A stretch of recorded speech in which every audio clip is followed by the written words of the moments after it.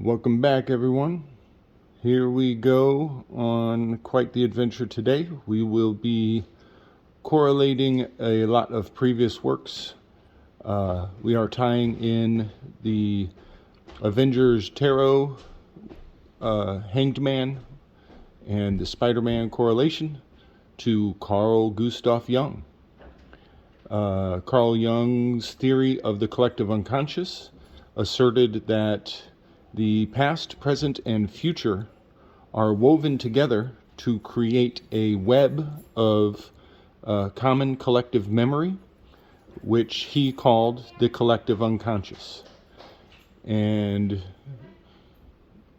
we will also be covering the H.eiros G.amos, the love games, the ritual of active participants embodying deities and the deeds of saints of the past. So what I am asserting today is that Carl Gustav Jung is enshrined in the archetype of Spider-Man. The H.eiros G.amos, that does mean, erotic games. And we've covered that before. I see it everywhere I look. You can essentially ones and zeros. Ones and zeros could be considered erotic games. The masculine and the feminine. These symbols built into ritual, into common practice, into systems are H.eiros G.amos. And, a lot of computer coders, they have no idea what high magics they're doing. That left brain just can't see what the right brain is up to. So, H.eiros G.amos, I wanted to point out that also is very much, to me, in Twilight language, it is the heroes' games. These are the games of the gods. And a lot of work has already been put out to prove that the archetype of all the Avengers are embodying the gods, and they are playing with the collective consciousness in those movies on a very deep level. So here we go in on just one layer of that prolific, multi-layered weaving of work. So first off, I wanted to point out that, like we said with symbols, you can take symbols for these truths and weave them into fiction, and it reinforces the fiction with truth. It gives the fiction a bit of real life animation. And so Peter Parker, they love the alliteration for good reason. That's a 16 and a 16. Add the 1 and the 6, you get 7 by 7. That's a magic square of Venus. And Venus swings in a intricate web in the skies every 8 years and creates a spirographic pentagram. The spirographic pentagram of Venus is something well worth looking up, and it is articulated and placed in very plain sight on a very regular basis. I mentioned before, Pennsylvania is telling you to create the spirographic pentagram of Venus, Pennsylvania. So we got the P and the P that ties into Venus, the 7 by 7, the magic square of Venus.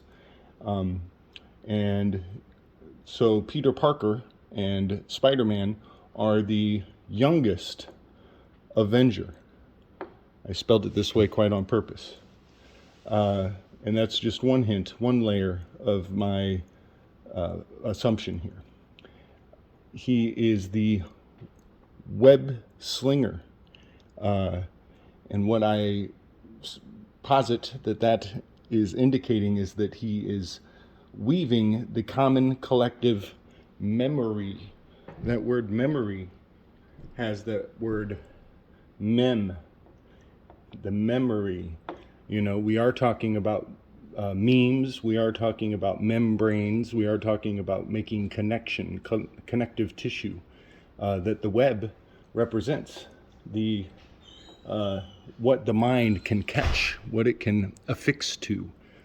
So Jung was a master of using archetypes, and Peter Parker was actively studying the dynamics of the falling arc, of swinging on an arc. So Spider-Man swings on arcs, and Jung swings on archetypes, weaving the common collective memory into the unconscious of man, even catching, adhering to, affixing to ideas. And I believe that Dr. Octavius, in this context of Spider-Man being Carl Jung, Dr. Octavius would definitely represent Freud. If you study Jung and Freud's relationship, you will see it is a very close correlation to Peter Parker and Dr. Octavius's relationship. Octavius was his elder, was his hero, had laid the groundwork before him, and Jung had to come and pick up where Freud left off to carry the torch, so to say.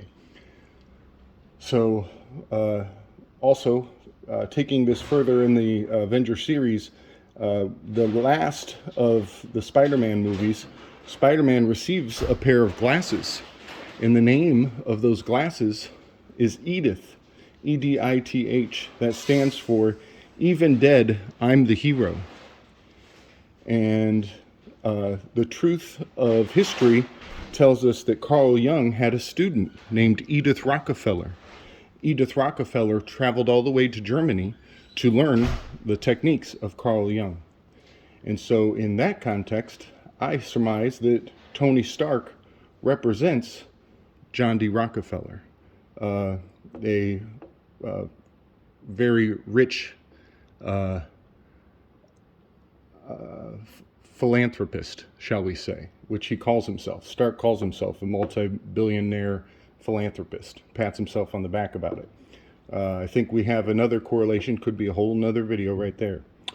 So Carl Jung is the patron saint of secret orders. I'm not going to say which ones. I've heard the OTO, I've heard the Masons. I'm pretty sure he's valued, highly valued. His writing is very, very valuable to the works of many secret orders. Some of them probably have him, depicted on their walls and hailed ritualistically.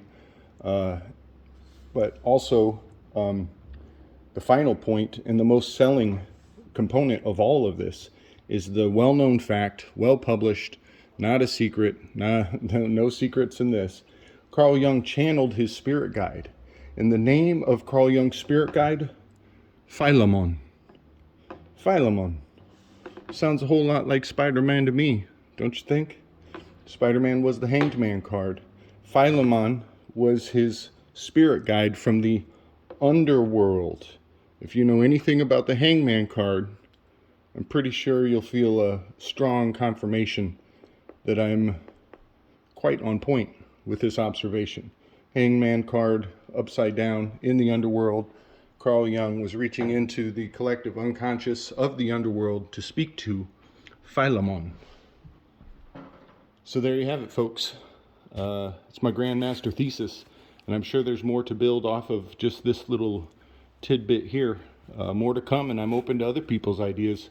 Maybe we should look into that Tony Stark Rockefeller connection, Dr. Octavius and Sigmund Freud.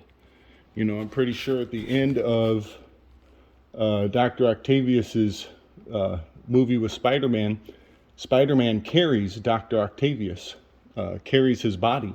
Well, there's a very well-known scene from Jung and Freud's relationship where Carl Jung carries Freud after Freud passes out and faints. And Carl Jung puts Freud on a couch. And they have a moment of reconnecting and intimacy that's very well known in the public eye, in the collective unconscious. So there you have it. Much love, everybody. Peace and strength.